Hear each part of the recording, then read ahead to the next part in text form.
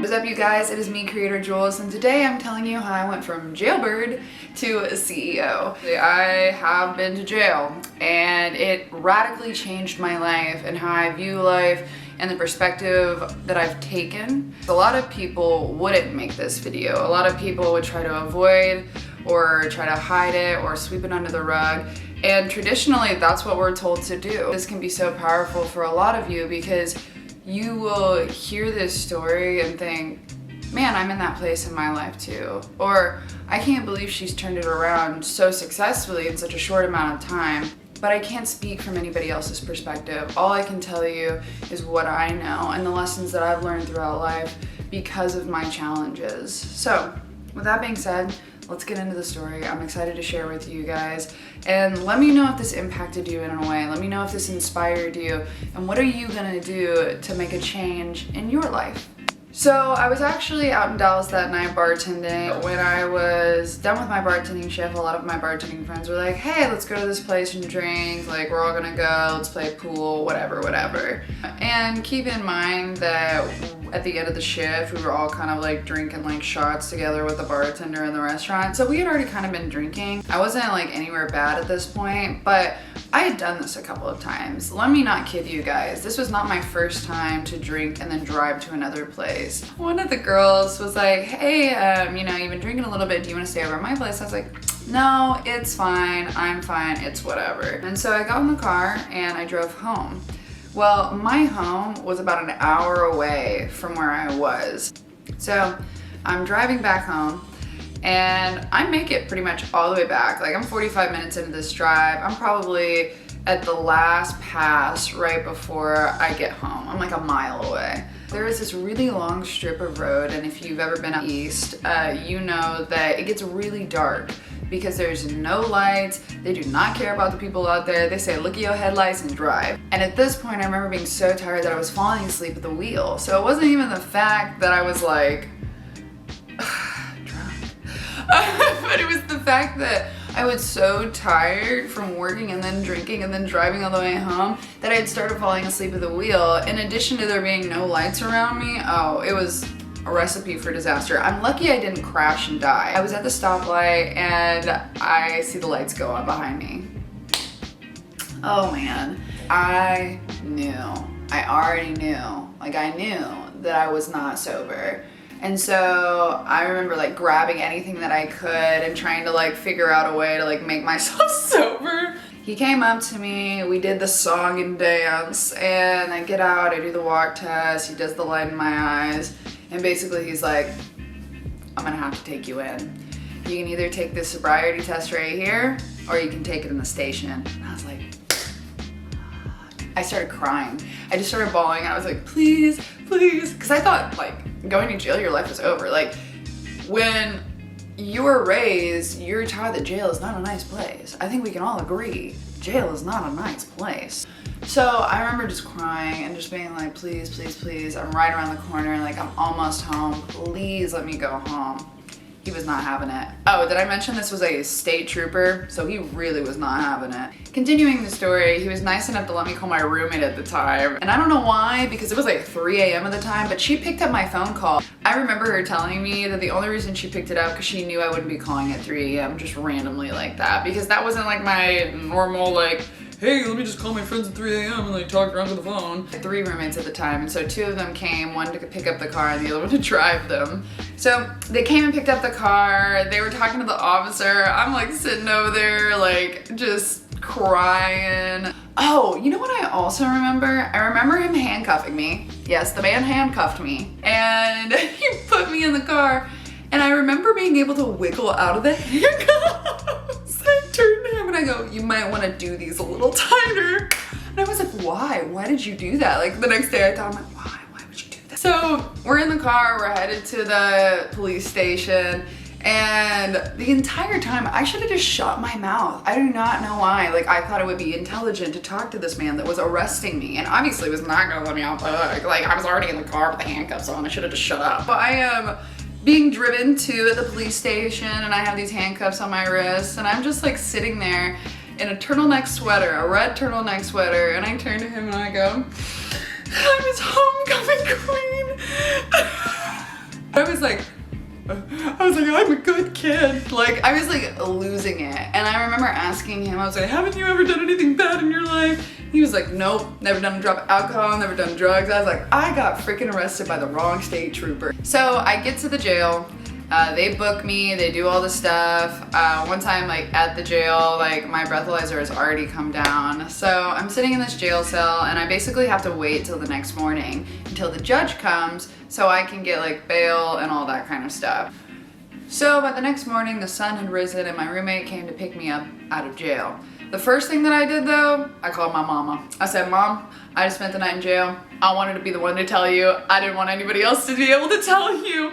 Because if there is one thing, I am more scared of my mom than any judge. I truly would rather my mom know than for her to find out from somebody else and then come back to me and raise hell and be like, what kind of daughter did I raise? Actually ended up going home, getting ready and going to class because I had I think I had like a 9 or a 10 o'clock class that day.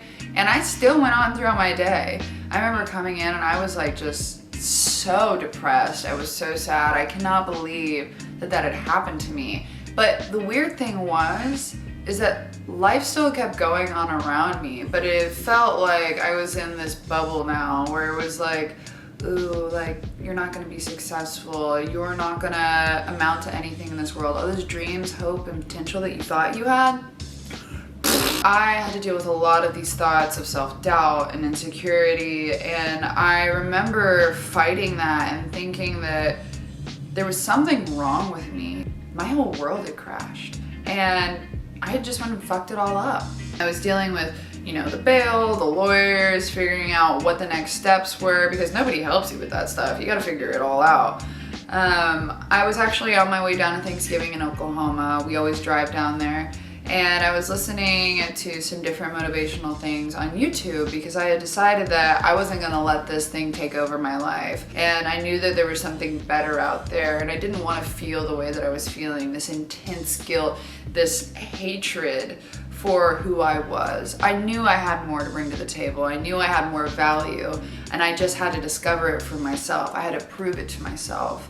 And so I started searching for purpose, and I started searching and following my curiosity to see what I was actually interested in and not just give up and take a bartending job because that for me is gonna be, easy money, or it's gonna be the ability to pay my rent this month. And there's a lot of you like that out there. You're just content and you say, I need the money in order to pay my rent, or I need the money to survive. I'm gonna let you know right now, when you cut things off that you know aren't in the vision of your future, that's when you make space for the things that are. And you have to keep pushing and working for those things. The things that you actually want in life, it's gonna take a little bit of effort. And I don't like to say that life is easy ever, but I do like to say this, you get tougher. So when those situations come, they're not as hard as the first time you dealt with them. And that's what building looks like. You have to be able to push yourself and challenge yourself to get better. And that's what going to jail taught me. It pushed me, it catapulted me into this vision of who I wanted to be, because I knew that wasn't it. And I knew if I had kept doing the same things that I was doing, practicing the same habits, the same systems, the same patterns, I was gonna end up like that. And so I started listening to a bunch of TED Talks and motivational things and really trying to feed into myself these positive things of how do I have a mindset that breeds success. That's what I was focused on and what I obsessed over, because to me, if I could figure that out, I knew I had the secret of life. And so through all my studying, through all my research, I realized one thing. These people have a tough mindset. They're disciplined. They care about their lives and their futures, and they take care of it on a daily basis. And that seems simple. I knew that I could get money fast and quick money if I just bartended. And so I made that compromise. I said, I'll put my dreams on hold, I'll put my ideas on hold so I can make money now, so I can get through life in the meantime. That, I think, is what kept me from being successful for so long, because I kept putting my dreams, I kept putting my ideas on hold to survive. And it made me realize that I had a lot going on the inside that was producing results that I did not want. But I was not consciously being aware of the things that I was doing, the vicious patterns, habits, and cycles that I was practicing. And I had no idea that all these things were connected. that's when we get into this repetitive, vicious cycle of bad things happening over and over again. I look back at that time and I think it's so obvious all the things I should have changed in order to be successful. And because I was going through it and I was in the thick of it, I never had the opportunity to really stop and to look at the habits and the systems that I was practicing that were affording me these outcomes. But we don't actually like change. We like to sit in our stew. We like when it's good and we like when it's comfy, and we don't want to grow. But that's not life. Seasons come and seasons go. And even since that time when I went to jail, there have been many seasons in my life where I've had to learn and grow and become a better person. And I came to this conclusion for myself. If I can go through all this BS and come out on the other side, I must be invincible. And I took that mindset and I applied it to every single part of my life, because I knew if I was invincible, nothing could stop me and no one could tell me no. So whether it was the internship at Dallas Innovates and D Magazine, my first job, when I went solo entrepreneur, or even when I started How to Be Social as the business it is today, I've always known that I was invincible. And what caused that invincibility was one thing: and my mindset. And every day since I've been to jail, I've told myself, I am invincible. I can do anything I set my mind to. It's gonna take a little bit of time, it's gonna take a lot of hard work, but I can do it. And you can too. And that's what I want this story to inspire you. Don't compromise. Don't be content. If you have things that are in your life right now that are not for the vision of your life, figure out a way to get them out of there and fill them with something better. Because once you've been through it all, once you've earned your stripes, and once life has torn you down, there's pretty much not a lot that you can do. And hopefully listening to this, you're already identifying some things in your life that you know you need to cut out and you need to get rid of, because they're not part of your overall vision for your life. And if you're one of those people that are sitting there saying, I'm such a good person, why does this bad stuff keep happening to me? I'm telling you right now, there's some toxic people, behaviors, or there's a toxic environment that you're not cutting out of your life that's inhibiting you from your blessings. If any part of this message has resonated with you today, please let me know. Send me a message, shoot me a DM, anything, comment below. I'd love, love, love to hear your feedback. If you'd really like to support, I'd love if you'd subscribe for more videos, and I have a Patreon channel where I do one-on-one coaching on how to create a life that you love. So with that being said, y'all are all gems, and remember, stay social.